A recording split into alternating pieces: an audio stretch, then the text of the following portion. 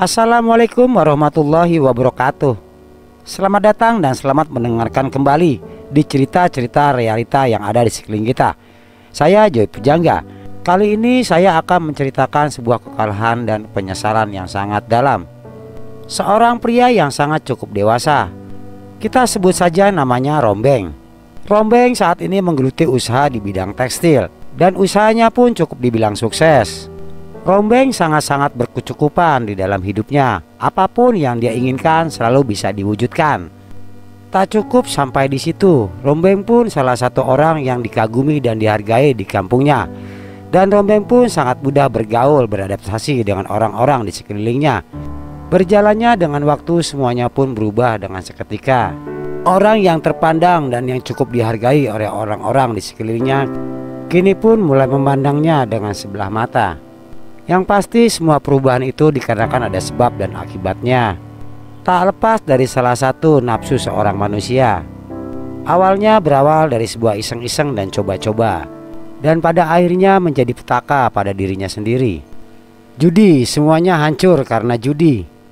Itu yang dia lakukan, yang tadinya hanya dianggap dia sebagai iseng-iseng saja, sebagai isi peluang waktunya dia. Tak disangka, tak diduga, akhirnya dia mulai menggila di dunia perjudian. Terjadilah sebuah perubahan dalam hidupnya secara drastis. Usaha yang cukup sukses yang digeluti selama ini akhirnya mulai ada perubahan. Pelan demi pelan usahanya pun akhirnya hancur. Dan di mana dia adalah orang yang sebelumnya sangat terpandang di kampungnya. Kini orang-orang di kampungnya mulai memandangnya dengan sebelah mata. Tidak cukup hanya judi yang membuat dia hancur saat itu. Dia pun juga sering bermain di dunia malam, yang tadinya hanya berniat untuk iseng-iseng saja dan melepas rasa lelah seharian dia bekerja. Akhirnya semuanya menjadi sebuah kebiasaan. Kebiasaan rutin yang selalu dia lakukan tiap malam, selepas dia beraktivitas sehari-harinya. Selepas dari semuanya, dia pun tidak menyadari kalau dia masih punya tanggungan di salah satu bank swasta. Satu demi satu semua aset yang dia punya mulai hilang, dikarenakan dia harus membayar tanggungan di sebuah bank. Semua terjadi karena dia sudah mencoba-coba masuk ke dunia yang tidak sepantasnya harus dia lakukan. Judi dan bermain di dunia malam.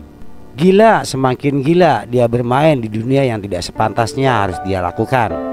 Hancur, semakin hancur, semuanya telah hancur. Usahanya pun akhirnya bangkrut, dikarenakan terlalu banyak modal yang dia pakai untuk hura-hura. Ketika benar-benar dia mengalami kebangkrutan, dia pun mulai berpikir dan mulai menyesali apa yang dia lakukan selama ini ternyata salah. Seperti halnya orang yang kehilangan pikirannya, jiwanya pun mulai tergoncang. Dia pun mulai menyendiri dan menjauhi orang-orang di sekelilingnya. Harus bagaimana, harus apa, dan apa yang harus aku lakukan. Itu pemikiran dia saat dia menyendiri. Nasi sudah jadi bubur.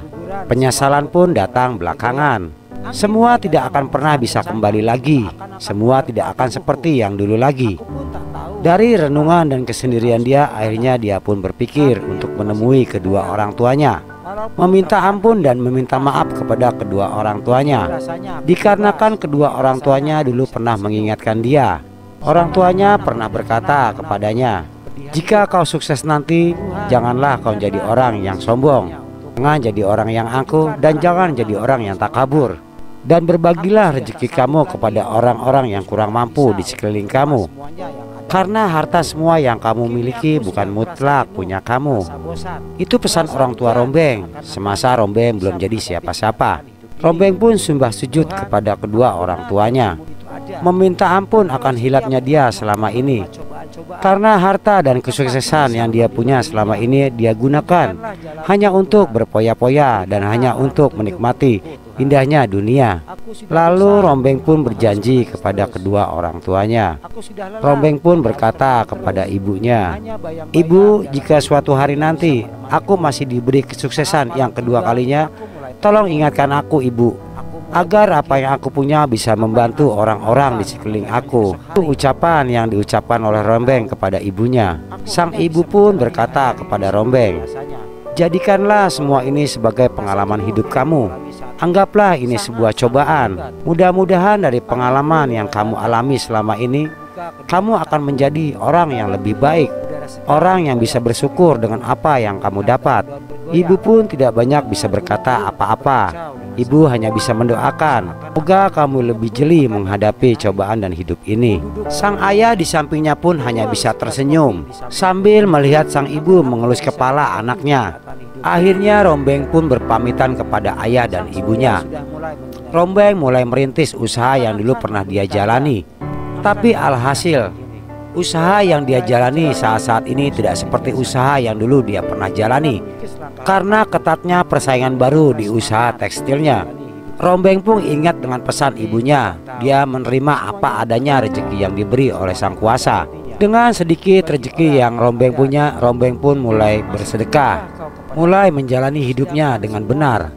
Tak disangka, tak diduga, selama Rombeng sering bersedekah, akhirnya usaha Rombeng pun mulai ada peningkatan kembali. Belajar dari sebuah pengalaman, selama Rombeng sukses, Rombeng selalu melupakan orang-orang di sekelilingnya dan masuk ke dunia yang sepantasnya tidak dia lakukan. Berjudi dan bermain-main di dunia malam. Di balik penyesalan Rombeng selama ini, Rombeng pun menjadi orang yang sangat kuat. Rombeng pun berjanji pada dirinya sendiri kalau dia tidak akan melakukan hal-hal yang pernah dia lakukan dulu, yang bikin dirinya hancur. Yang tadinya pula kekeluargaan Rombeng pun sempat hancur. Istrinya sempat pulang ke rumah orang tuanya, membawa anak-anaknya. Pada akhirnya Rombeng pun menjemputnya kembali dan meminta maaf kepada sang istri kalau dia tidak akan melakukan hal-hal yang salah seperti dahulu. Sang istri pun memaafkannya dan meminta kepada sang suami agar jangan pernah melakukan yang seperti dahulu dia pernah lakukan, karena semuanya hanyalah nafsu belaka. Tidak ada yang namanya judi membuat kita kaya semakin kaya, dan tidak ada dunia malam yang akan bisa membuat kita tenang. Itu adalah sebuah cerita seorang Rombeng yang tadinya dia seorang pengusaha tekstil yang sangat sukses di kampung halamannya dan cukup dihargai oleh orang-orang di kampungnya. Pada akhirnya dia hancur karena bermain judi, bermain di dunia malam. Sekarang Rombeng mengambil pengalaman dari hidupnya. Dan di sini pun kita bisa mengambil sisi positif dari seorang Rombeng. Inti dari cerita ini adalah jauhilah yang namanya judi dan dunia malam, karena semua itu hanyalah kepuasan dan kesenangan sementara yang bisa menguasai nafsu belaka dalam diri kita. Saya Joy Pujangga. Lain waktu kita bisa berjumpa lagi di cerita-cerita real kisah nyata yang ada di sekeliling kita. Salam jumpa dan salam positif dari saya, Joy Sampujangga. Assalamualaikum warahmatullahi wabarakatuh.